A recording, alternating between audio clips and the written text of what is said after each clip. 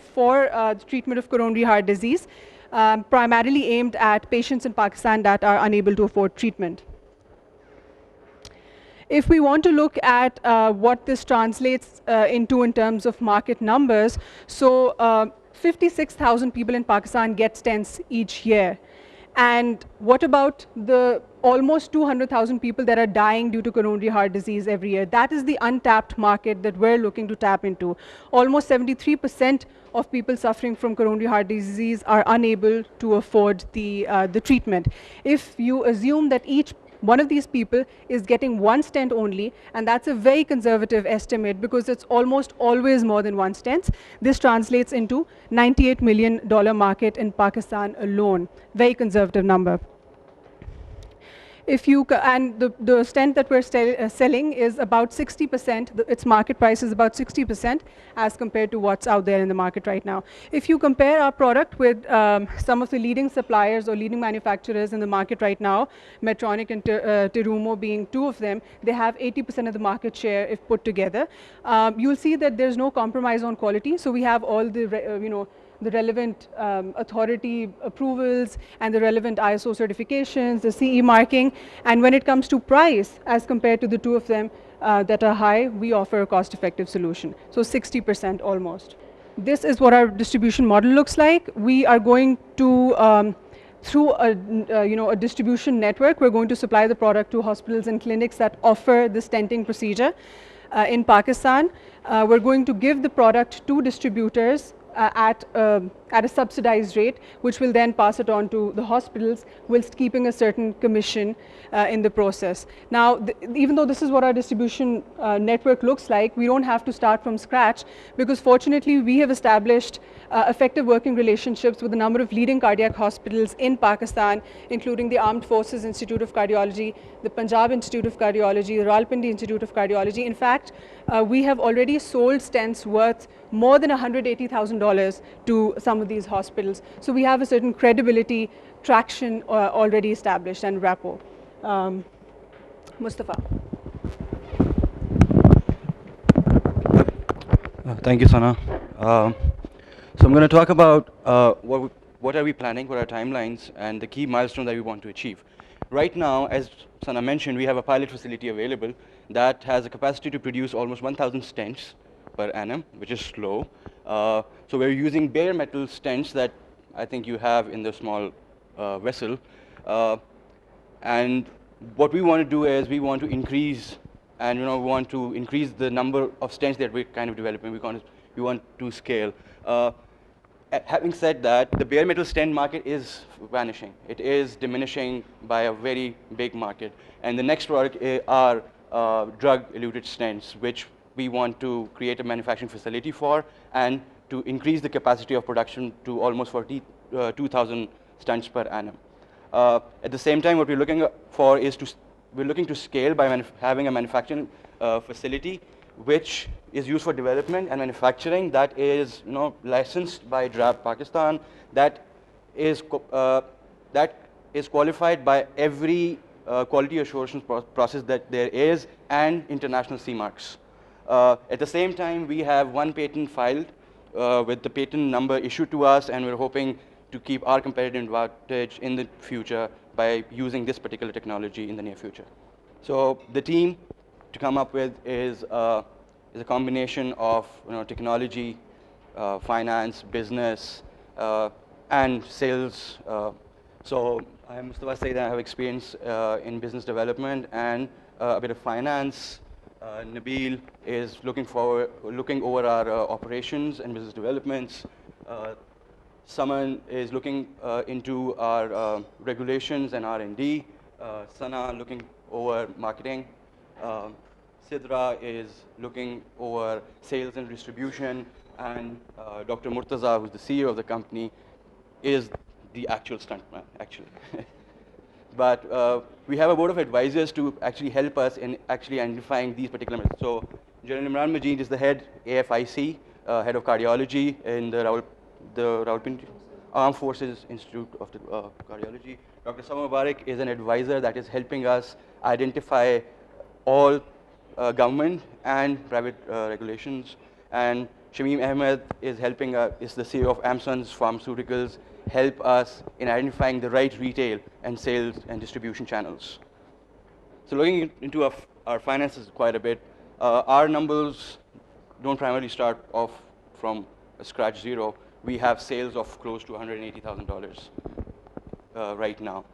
What we're looking for is we're looking for $1.6 million for 17% of the company to actually scale our manufacturing procedures, also to increase the number of stents that we're producing per annum because the demand is so much.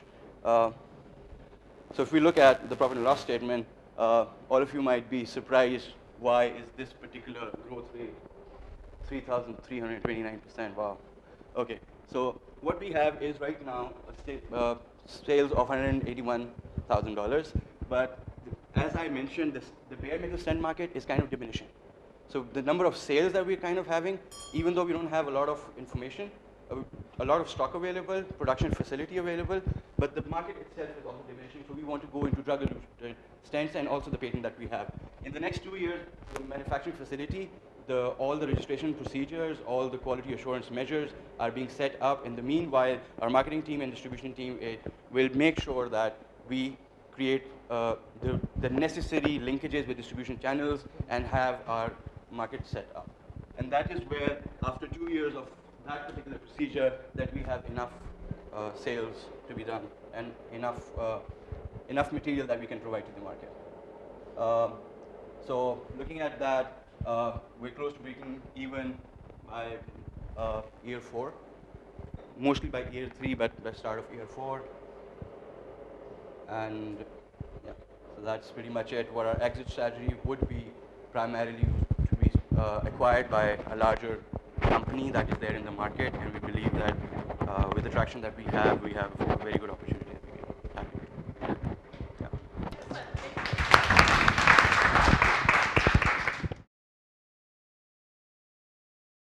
Highly lethal killing, wide host range, heat and salt tolerant. They can easily mass produce, which make it possible to commercialize. Many countries, including USA, have exemption for registration for this biopesticide. As the result of last 18 years research, we got 140 accession numbers from NCBI Gene Bank USA, more than 11 patents, 40 research papers, a book and booklet for farmers. Ms. Hira is my team member, and she is quality control manager. I would like to invite Dr. Zareen for commercialization now. This slide shows total agriculture area in Pakistan. So the total geographical area of Pakistan is a flash in front of you. About 27% of area is currently under cultivation. Of this area, 80% is irrigated. In this regard, Pakistan has one of the highest proportions of irrigated crop area in the world. The cultivable wasteland offering good possibility of crop production amount 8.9 million hectare. At present, the use of biopesticide in our country is extremely rare, which basically because of lack of awareness. Total agriculture area in Sindh is situated, Sindh basically is situated along the lower bank of the river Indus, forming a major portion of Great Indus Plain. Total cultivated area of Sindh 5,088 million hectare. Our target market area, major vegetable grower area of Sindh, Karachi Malir, Tando Layar, Sultanabad and Tando Jam. Our target customers. Our target customer will farmers, nurseries grower or an urban agriculturist. This is delivery system, first of all, mass production, then formulation, packaging, storing, application, and then sent to the farmers. These are our competitors. Now, for marketing, whenever our product, Pak Nima, meet market demands and expectation, then for wider commercial uptake will require. For that, we need to collaborate with agrochemical industry, farmers, and crowd investor. Now, that's all from my side. Now I would like to invite my partner Dr. Faria to explain financial detail of our company Park Nima. So these are the sale assumptions that we are assuming. We are trying to produce one packet of this biopesticide at the rate of 500 rupees and initially start with a profit of about 45%. And we can see that in the third year we'll start getting some profit, and the cumulative profit will, the company will become productive after the or during the fifth year. And here we need a peak cash of about 3 million rupees, that is 30,000 US dollars. And on the whole, we can see that this is a 5-year plan where we can see that it is productive. And I would also like to talk about the impact. We think that we can address the main issues that Pakistan is facing, which are health and environment. So most of the issues of health of our people are related to the food supply that we have, and by using these biopesticides we can address these issues. And of course we can reduce the toxicity we have in our environment. And another economic factor that we can address is the export of foodstuff to other countries, because one of the conditions that we do not meet at present is the amount of chemicals that we have in our crops, in our fruits and in our vegetables. So therefore this we can address all these areas using these biopesticides. Thank you. Excellent. Thank you.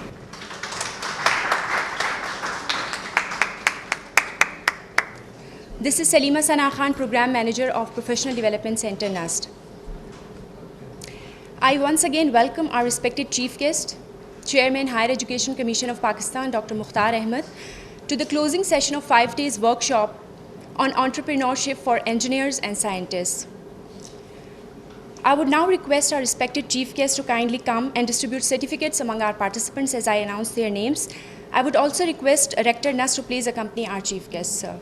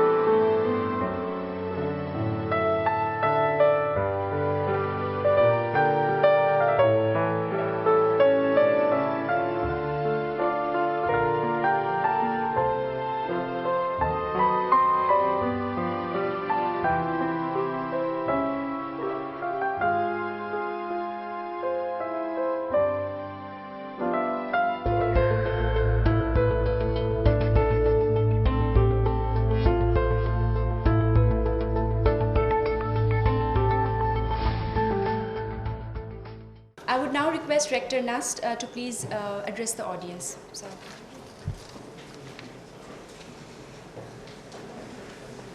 Bismillah ar-Rahman ar-Rahim.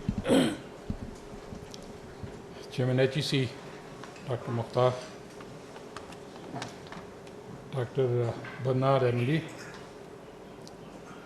distinguished resource persons, participants of the workshop, organizers, ladies and gentlemen, let me express my gratitude to you all on behalf of NUST for organizing this workshop and allowing us to participate in this and hosting this. So we are extremely grateful to you. And we are very happy that this has been a very productive workshop. I think we need more of these, as such like workshops will actually help our faculty and students to look towards the problems which are facing our country and ponder over the possible solutions. One thing which has very clearly emerged out of this interaction is that today no university or educational institution can go any far without introducing interdisciplinary programs and promoting multidisciplinarity. I think technologists, engineers, scientists, social scientists, artists, they have to put their act together, work together to find solutions. Another very important conclusion is that we have to develop what is called the entrepreneurial mindset. We are very good in research, comfortable in our labs, writing papers, improving our CV through publications. But how far this research goes in helping the country's economy or society remains a very big question.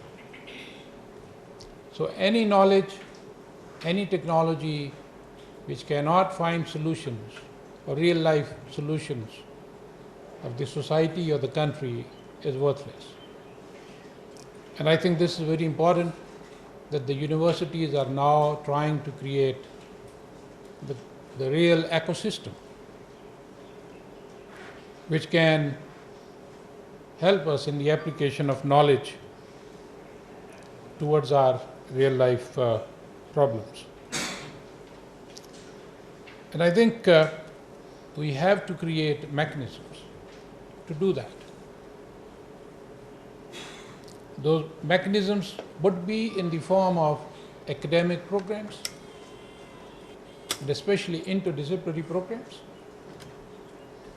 promotion of innovation and entrepreneurship right from the day a student enters a university should start looking at it. And maybe that every university introduces entrepreneurship as a core program or a core subject within their different programs. HEC has done a great job by establishing what we call Office of Research, Innovation, Commercialization in every university. We're lucky we started this long time back, and we led this effort, and we have covered a lot of distance. And you may have seen it with your own eyes and interacted with our own people and realized what a difference does it make among the students and among the faculty. So this is something which must go to other universities. And I know the current chairman HEC, who has been in HEC for a long time now, I think right from day one, and he understands what happens at the level of planning and operations, and then as executive director, and now the chairman HEC, and therefore he is all out to support this, and I'm sure the universities will benefit from this. We have started the business plan competition in our university, and more number of universities are now starting this, which is very good. That will actually help our students to have an exposure to at least the planning process of developing a startup company. As we were seeing during these presentations, I think there's a lot of difference between theory and practice. You may see many things in theory, but take them out into the field, into the real society and economy, and see what happens there, where you are confronted with the issues of governance, the attitude of the people towards what you are trying to do, and the social behavior of the people over there. So a lot of difference between theory and practice. I was just going through a very good book by Coleman Barks. He has translated some works of Rumi, and this book is named The Big Red Book. And I picked up only 3 couplets from there, which will bring out the difference between a bookworm and a silkworm. A bookworm can eat books but stays there, doesn't go anywhere. A silkworm does something which is of great benefit to the society. So these are those 3 couplets of Rumi which he has translated into English, so I'll read those. The hurt you embrace becomes joy. Call it to your arms where it can change. A silkworm eating leaves makes a cocoon. Each of us weaves a chamber of leaves and sticks. Silkworms begin to truly exist as they disappear inside that room. So this is actually the message, that if we want to really contribute towards the society, we'll have to go out into the field and do something which is really beneficial for them. Otherwise, we'll end up as only bookworms and go nowhere else.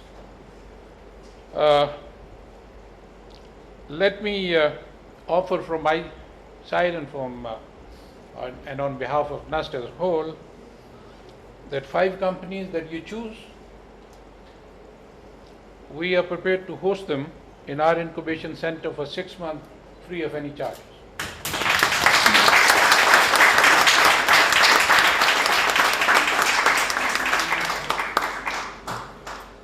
Two, just an announcement that we will inshallah start an academic program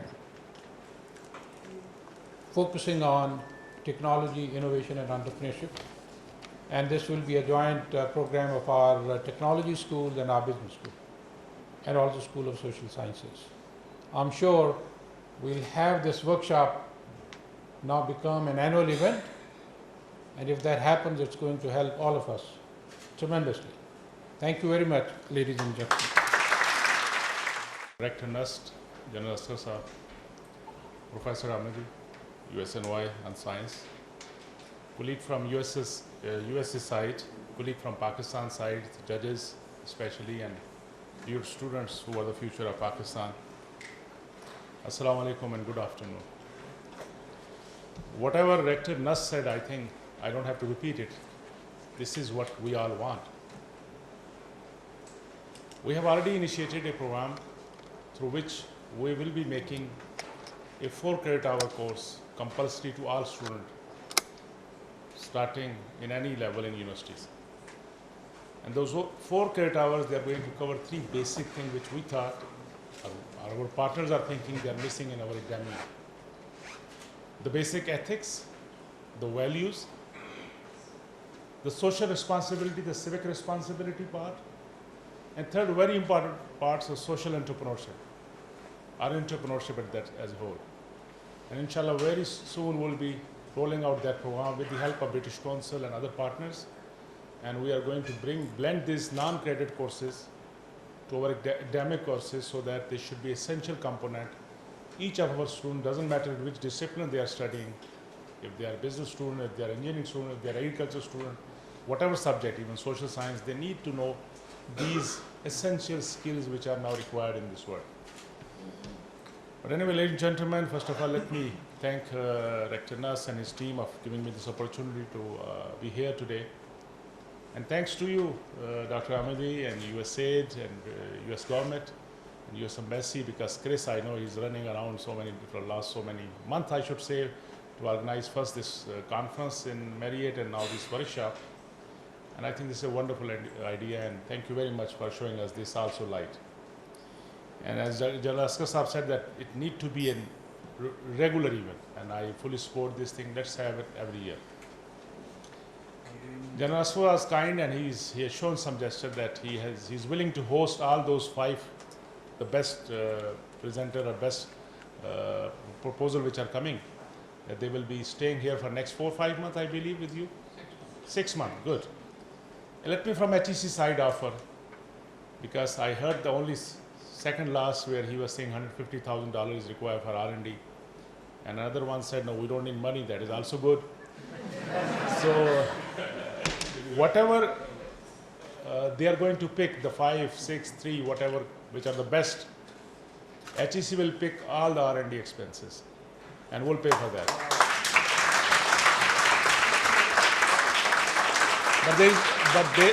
But there is a catch, because we want to use this thing as a triggering mechanism, a triggering phenomena. These selected groups or selected ideas, or selected companies, whatever future companies, they need to work with any of their choice university in public sector. And if they are convinced that this is a doable project, we'll fund whatever cost it is for R&D. So from HEC side, 100% support for all these things.